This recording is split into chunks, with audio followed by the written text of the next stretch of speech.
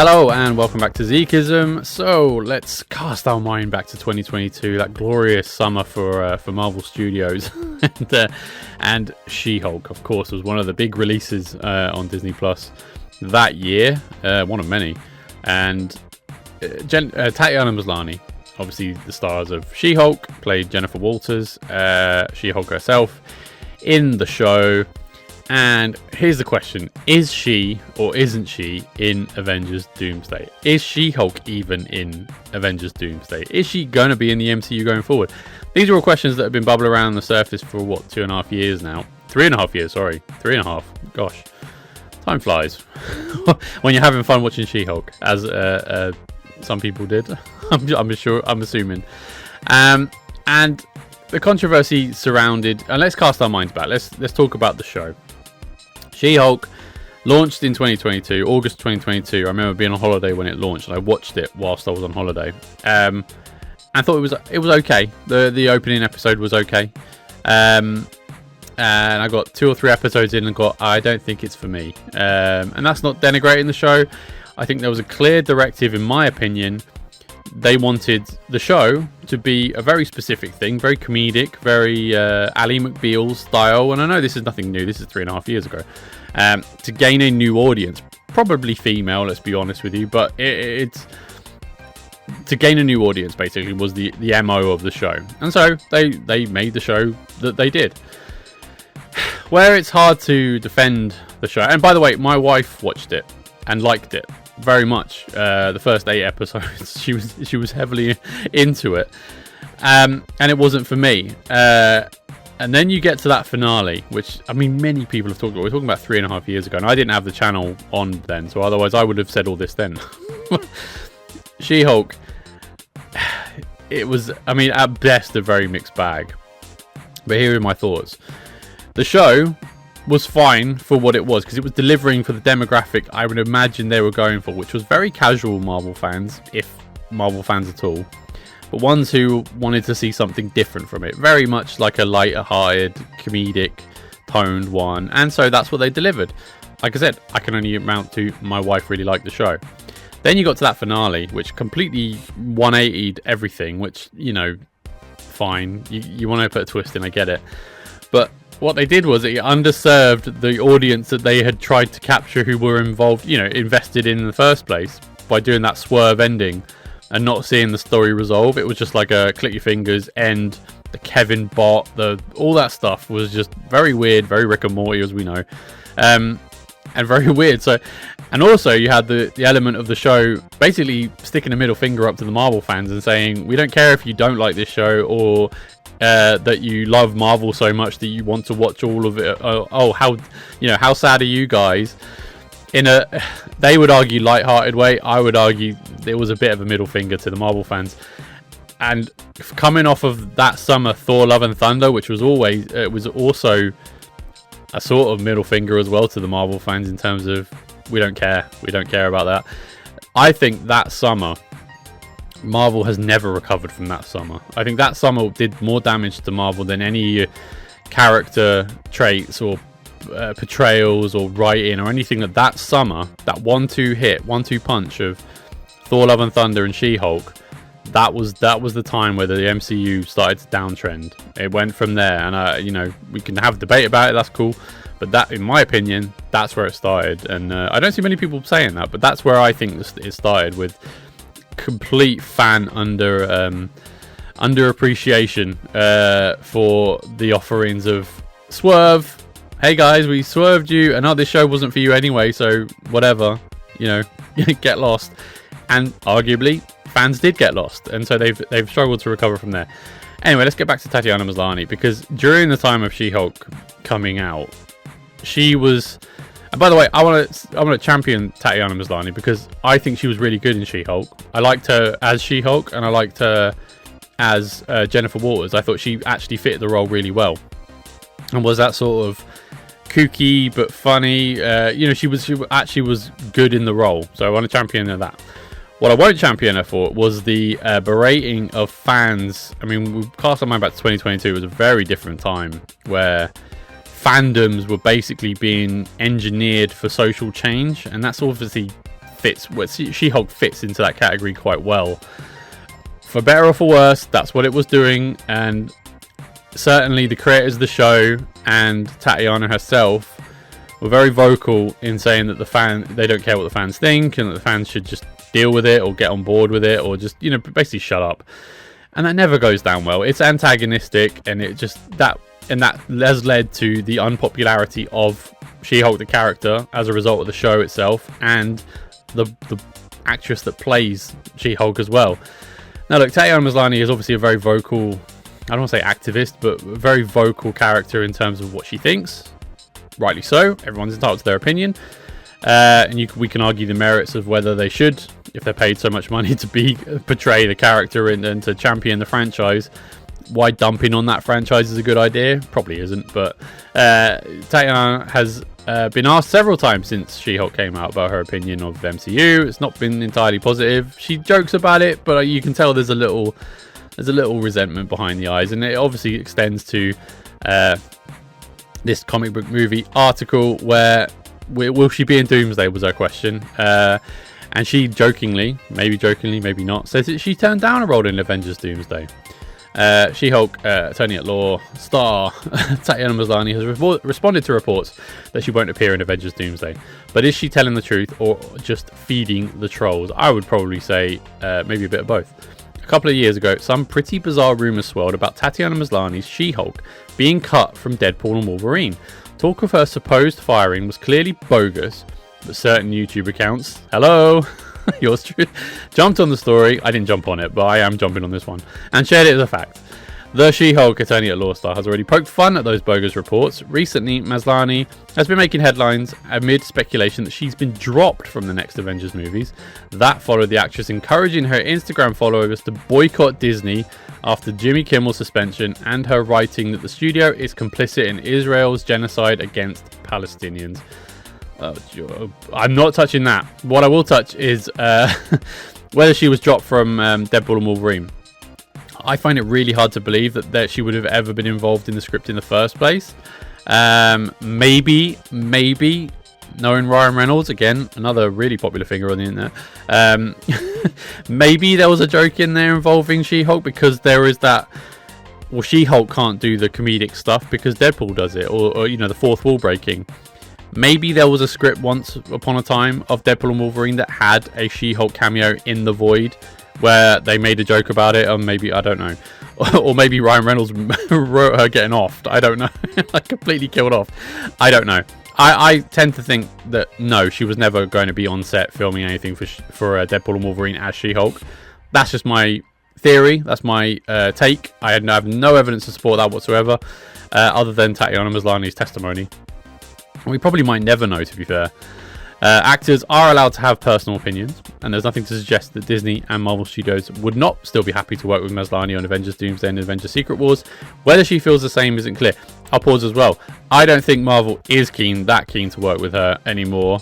That's just a theory of mine. I think, for better or for worse, look, obviously Marvel and Disney signed off on that She-Hulk show, so they are responsible as much as any of the creators are for what that show became, because obviously they've got sign-off. They could easily say, we're going to nip that in the bud because that's going to go down really badly with our fan base, and, as it played out, really do damage to our brand. You know, that's my opinion again.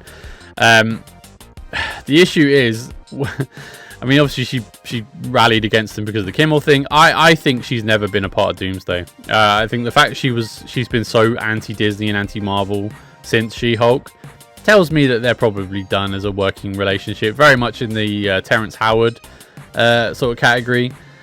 But again, this is purely speculation on my part. Appearing on the Comedy Bang Bang podcast, Maslany once again mocked her detractors. I feel an article coming. It's out there. I already got dragged, she said, of her supposed Deadpool and Wolverine ousting. He didn't like the 2 scenes that I did, so he fired me. Then I got litigious. I took Disney to court and Ryan Reynolds, which obviously didn't happen, for the record, when the host put it to her that she'll return for Avengers Doomsday. Maslany seemingly kept the joke going, though some fans are convinced she was being at least somewhat serious. Nope, Disney has approached me to play She-Hulk again. Guys, I said no, because I just did. This is the facts, the actress stated. They are out there. You can read about the articles about it. I was really mad at them for kicking me out of the movie. I was just mad. I'm woke. It's woke feminist stuff. I was like, how dare you cast a woman in this role? That's disgusting. Maslany then added, they really wanted me to be in Doomsday, Avengers style or whatever. I turned them down. I'm confirming it here. We'll pause there for a second. So there's a lot there. And like I said, she's got... she does have an opinion, and she's got every right to voice it. I think she's done. I think she's done with Marvel. I think there are little rumors out there about them recasting She-Hulk. That probably is the best course of action now if you're Marvel or Disney. Just cut the cord a little bit. The character of She-Hulk is really popular in the comics. Due to the and I genuinely mean this. Due to the show being what it was, the show, not the people involved or the portrayal, and Marvel and Disney have to take responsibility for that show being what it was as well. The show was poor and let down, arguably, Tatiana Maslany to a certain extent, but the character most of all. And so people not wanting to see the character again is a testament to that show being what it was. So you do a redo. You have her feature in a show or a movie in a positive way with a new actress. Sorry, it's got to be done, even though I liked her portrayal, because I think it's right. The interesting thing is Disney and Marvel are never going to come out and say, we've told her we don't want to work with her anymore. They just don't do that. They don't say, we are no longer working with them. The only vague thing I remember is Jonathan Majors, obviously, for very different reasons. Them saying, yes, we have cut the cord with Jonathan Majors because of legal issues. We'll leave it at that. Other than that, they're not going to say, yeah, the show went down really well. We really screwed the pooch. And for reasons, we're going to cut Tatiana Maslany and recast the role. But if they do recast that role, which is entirely possible, you can see Tatiana Maslany potentially being very vocal about that.